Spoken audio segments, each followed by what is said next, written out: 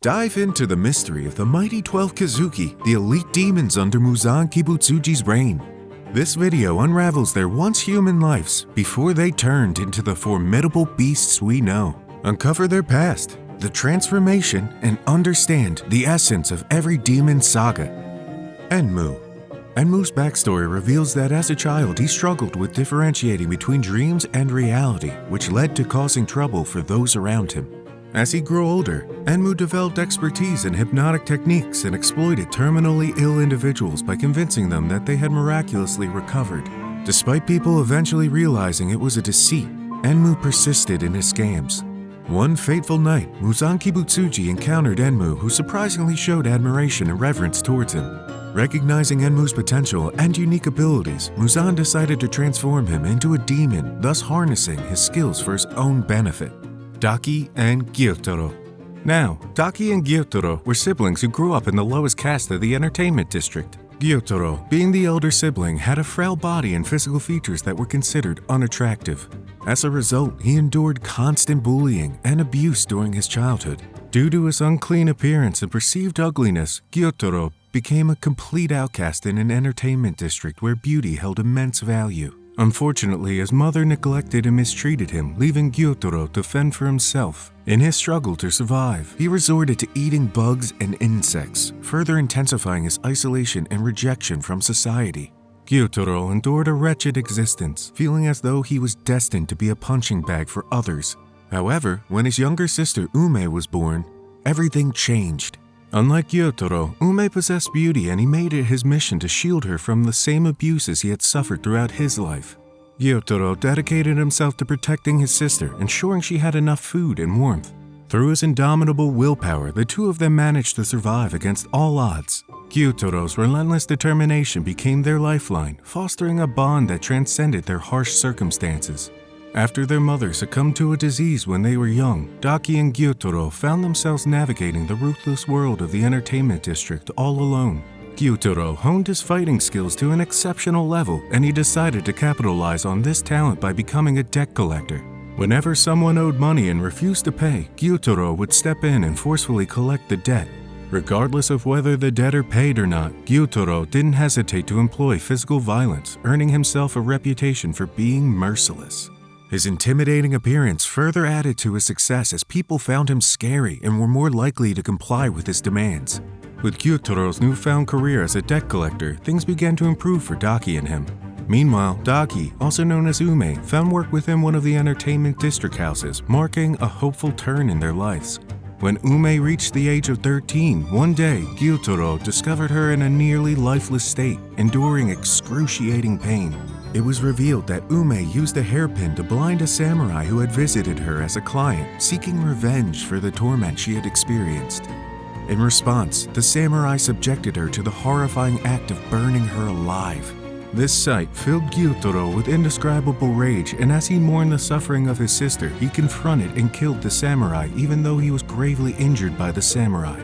Barely clinging to life, they encountered Douma, the upper-rank 6th demon at the time, who, out of pity, granted them a small portion of his blood. This act of transformation into demons saved their lives. Over time, they ascended in power, eventually becoming the upper-rank 6 themselves. Kaigaku. Now let's talk about Kaigaku, the demon who replaced Daki and Gyutaro and gained the position of Upper Moon 6 of the 12 demon moons. Kaigaku, an orphan who endured a harsh childhood, was forced to resort to thievery and scavenging for food just to survive. At one point, he found refuge at a temple where he lived alongside 8 other orphans. They formed a close-knit family under the care of Gyome Imajima, a blind monk. Though they had little, they supported and cared for one another. However, one fateful night, Kaigaku disobeyed the temple's rule of returning before dark. This rule was crucial as the area surrounding the temple was infested with demons. While out alone at night, Kaigaku fell into the clutches of a demon in the nearby forest. Desperate to save himself, Kaigaku struck a deal with the demon. In exchange for sparing his life, he promised to lead the demon to the other 8 children at the temple. Gyome had taken precautions against demons and used wisteria flower incense to repel them every night. Kaigaku, aware of this safeguard, deliberately extinguished the incense, enabling the demon to enter the temple. Tragically, 4 of the children were swiftly taken by the demon. Gyome, despite being blind and less formidable than he is now, valiantly tried to protect the remaining 4 children. However, in their panic, 3 of the children fled instead of seeking shelter behind Gyome. Regrettably, they too fell victim to the demon's clutches. When the demon confronted Gyome and the last remaining child, Gyome, driven by a sense of duty, unleashed his inner strength. Although a pacifist at heart, he fought the demon ferociously with his bare hands, pummeling it relentlessly until sunrise. The demon was ultimately vanquished, but not without leaving Gyome with a distinctive scar on his forehead. Kaigaku's treacherous betrayal resulted in the deaths of 7 children, but he himself survived. His tumultuous life had molded him into a ruthless individual who believed that survival necessitated doing anything and everything. He cared little for the well-being of others as long as he came out on top. Years later, as a teenager, Kaigaku found solace under the tutelage of former Thunder Hashira, Jigoro Kuwajima. He trained alongside Jigoro's other disciple, Zenitsu, in the art of thunder breathing. Kaigaku exhibited exceptional mastery in all the thunder-breathing forms, except for the first form, a distinction that Zenitsu achieved. Kaigaku's exceptional talent as a demon slayer far surpassed Zenitsu's ability, leading him to develop a deep-seated superiority complex. He despised Zenitsu, considering him weak and cowardly, and took every opportunity to mock and bully him during their training under Jigoro. When Jigoro expressed desire for both disciples to become his successors, Kaigaku was infuriated, firmly believing that Zenitsu was clearly inferior to him. One fateful day, Kaigaku found himself face to face with the formidable Upper Moon One, Kokushibo, during a mission as a demon slayer. Overwhelmed by Kokushibo's immense strength, Kaigaku's confidence crumbled, and he shamelessly dropped to his knees, pleading and begging Kokushibo to turn him into a demon once again. In this moment, Kaigaku revealed his true nature, devoid of any values or principles beyond self-preservation. Just as he had betrayed his fellow orphans as a child to save himself, he now betrayed his duty as a demon slayer, groveling before a demon. Kokushibo, seeing Kaigaku's desperation, agreed to transform him into a demon. Upon his transformation, Kaigaku voraciously devoured countless humans to increase his power. Eventually, he rose to the rank of Upper Moon 6, filling the void left by Daki and Gyutaro. The disgraceful transformation of one of Jigoro's disciples into a demon was so humiliating that Jigoro committed seppuku without hesitation, seeking to atone for his disciple's crimes. This revelation shattered Zenitsu's heart, fueling his determination to one day defeat Kaigaku and bring him to justice. The path ahead became a personal mission for Zenitsu, and he sought to avenge his fallen master and confront the former comrade who had succumbed to the darkness, Gyokko. Gyokko, originally known as Minagi, held the position of upper rank 5 among the demons. As a human, he resided in a coastal village. Tragically, both of his parents met their demise in a fishing accident, drowning at sea. Upon witnessing their lifeless bodies, Minagi developed a macabre fascination with corpses, leading him to collect various deceased creatures, including fish. One day, a child taunted him relentlessly, pushing Minagi to the point of snapping. In a fit of rage, he killed the child and placed his body in a pot. Discovering the gruesome fate of their child, the parents retaliated by attacking Minagi with a fishing spear, leaving him for dead. Remarkably, Minagi clung to life for 12 agonizing hours before encountering Muzan. Sensing his potential, Muzan transformed Minagi into a demon, forever altering his existence. Following his transformation into a demon, Gyokko developed an insatiable appetite for human flesh, particularly targeting children. His predatory instincts led him to harbor a deep disdain for all living beings, save for one exception, Muzan. Gyokko's loyalty and reverence for Muzan set him apart, forging an unwavering devotion to the Demon King, Hantengu. Let's delve into the character of Upper Moon 4, Hantengu. From a young age, Hantengu exhibited a deeply ingrained habit of deceit, being a shameless liar. He consistently concocted excuses in his mind, perceiving himself as a victim while labeling others as villains. His distorted perception fueled an extreme victim complex, leading him to manipulate facts and fabricate stories. Through these fabrications, Hantengu presented himself as an innocent and unfortunate individual who had been wronged by everyone else, perpetuating a false narrative of victimhood. Hantengu's penchant for lying manifested early in his life to the extent that he even forgot his own name, age, and background due to his constant falsehoods. His path was marred by numerous crimes and murders during his time as a human. Instead of taking responsibility for his actions, he habitually shifted blame onto his own hands, evading accountability. Despite having multiple wives and children, whenever accusations of dishonesty arose, Hantengu would descend into madness and commit filicide, extinguishing his own family. This pattern of killing his own kin ceased only when he crossed paths with Muzan. Initially awaiting execution after being captured by a high-ranked officer and sentenced to death by decapitation, Hantengu's fate changed when Muzan found him and transformed him into a demon. Seizing the opportunity, Hantengu escaped and exacted his revenge by slaying the magistrate who had condemned him to take his revenge. Akaza, formerly known as Hakuji, shouldered the responsibility of caring for his ailing father from a tender age. To provide for his father's medical needs, Hakuji resorted to pickpocketing and theft. However, his actions eventually caught up with him, resulting in him being caught and subjected to a severe beating, leaving permanent tattoos as marks of his criminal status. Upon returning home, Hakuji received devastating news. His father had taken his own life. In a poignant farewell note, his father expressed his desire for Hakuji to lead an honest life and refrain from relying on ill-gotten gains. Sadly, legal avenues for acquiring the necessary medication to support his father's health were limited, further complicating Hakuji's circumstances. The circumstances surrounding his father's suicide left Hakuji seething with anger, as he believed his father had done nothing wrong and should not have resorted to such extreme measures. Consequently, Hakuji's behavior became increasingly tumultuous, leading to his banishment from the place he called home. Engaging in a series of brawls, Hakuji found himself on the verge of single-handedly taking the lives of 7 men. It was during one of these confrontations that he caught the attention of Keizo, the owner of a local dojo. Keizo, effortlessly defeating Hakuji in battle, approached him with a proposition to become his student.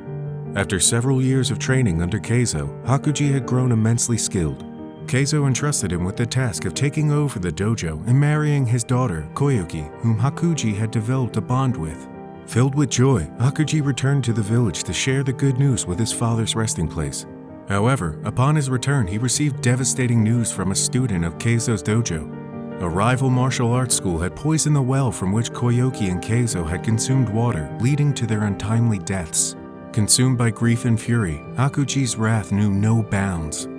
He marched straight into the rival dojo, single-handedly slaying all 67 members, leaving their bodies unrecognizable, a testament to his overwhelming power. News of Hakuji's brutal vengeance reached the ears of Muzan, who swiftly arrived at the scene. Recognizing Hakuji's extraordinary strength and his sheer indifference toward life, Muzan offered him the opportunity to become a demon. Believe it or not, Hakuji tried to fight Muzan as well when he met him, but unfortunately, the power gap was huge and Hakuji had to give in. In his desolate state, Hakuji accepted, having reached a point where nothing else held any significance to him, and there are some theories that Hakuji didn't fully consent to being a demon, which makes the whole combination heartbreaking. Douma possessed a striking appearance with unique rainbow-colored eyes and pale hair, leading people to believe that he had a divine connection. Exploiting this perception, his parents established the cult, the Paradise Faith, centered around their child. Despite lacking any actual ability to communicate with gods, Douma played along, allowing people to believe in his supposed powers. Privately, he found the entire concept absurd and devoid of meaning. One fateful day, Douma's mother discovered his father's infidelity with another woman from the cult and, consumed by rage, killed him. Overwhelmed by her action, she then took her own life by poisoning herself. In the aftermath, Douma's initial reaction was concern about the messy state of the room, contemplating the need to open a window to dispel the lingering scent of blood. Emotionless toward others, he struggled to form genuine connections. At the age of 20, Douma encountered Muzan, who recognized his potential and saw an opportunity. Muzan, sensing something unique in Douma, transformed him into a demon, forever altering his existence. Kokushibo. During the Sengoku period, Kokushibo and his twin brother, Yorichi, were born. Twins were regarded as a bad omen during that time, leading their parents to make a difficult decision. They agreed to send Yorichi to a temple at the age of 10, while Kokushibo, known as Michikatsu, would become the successor to their father's samurai heritage. Michikatsu also felt a sense of compassion for his peculiar brother. Yorichi was seen as an outsider, often treated differently due to his unique nature. It was believed that Yorichi was deaf, and he never spoke a word until the age of 7. One day, as Michikatsu observed his brother watching his sword training with an instructor, Yorichi unexpectedly expressed his interest in becoming a samurai as well. Given a chance to learn the basics, Yorichi was provided with basic instructions, a bamboo sword, and the knowledge that his brother never managed to land a hit on the instructor. In a surprising turn of events, Yorichi landed 4 blows on the instructor, rendering him unconscious. Michikatsu was utterly amazed by his brother's extraordinary skills. However, both twins had a lingering fear that their father would exchange their roles, sending Michikatsu to the temple instead of Yorichi. One night, Yorichi visited Michikatsu's room in secret and shared the heartbreaking news of their mother's passing. He resolved to leave and join the temple before his father could send Michikatsu away. In the aftermath of Yorichi's departure, Michikatsu harbored intense feelings of hatred and jealousy toward his brother. These negative emotions grew even stronger when Michikatsu discovered that Yorichi had been aware of their mother's illness all along, and his presence at her left side had been a way to support her weakened side. Not only was Yorichi exceptionally skilled with the sword, but he also seemed to excel in every aspect of life. Michikatsu's bitterness festered, and he secretly wished for his brother's demise. As the years passed without any news of Yorichi, Michikatsu came to believe that his wish had come true. After a decade had passed, their paths unexpectedly crossed again. To his dismay, Michikatsu learned that his brother had become an outstanding swordsman. Consumed by jealousy, Michikatsu made a fateful decision. He resolved to become a swordsman himself, driven by the desperate desire to surpass his brother. However, no matter how hard he trained, he realized that he would never match Yorichi's exceptional skills. Time was running out, and he grew increasingly desperate. It was at this moment that Muzan approached Michikatsu, offering him a chance at eternal life as a demon. Tempted by the prospect of endless time to surpass his brother, Michikatsu made a pact with Muzan. He was transformed into Kokushibo, a demon with immense power, and eventually ascended to the position of Upper Rank 1, driven by his insatiable desire to surpass his brother's greatness. Love the thrill of demon slaying? Yearn for more? Don't forget to drop a like and comment. It brightens our day and fuels us to create even more spectacular content. Still on the sidelines, or have you secretly been binging our videos?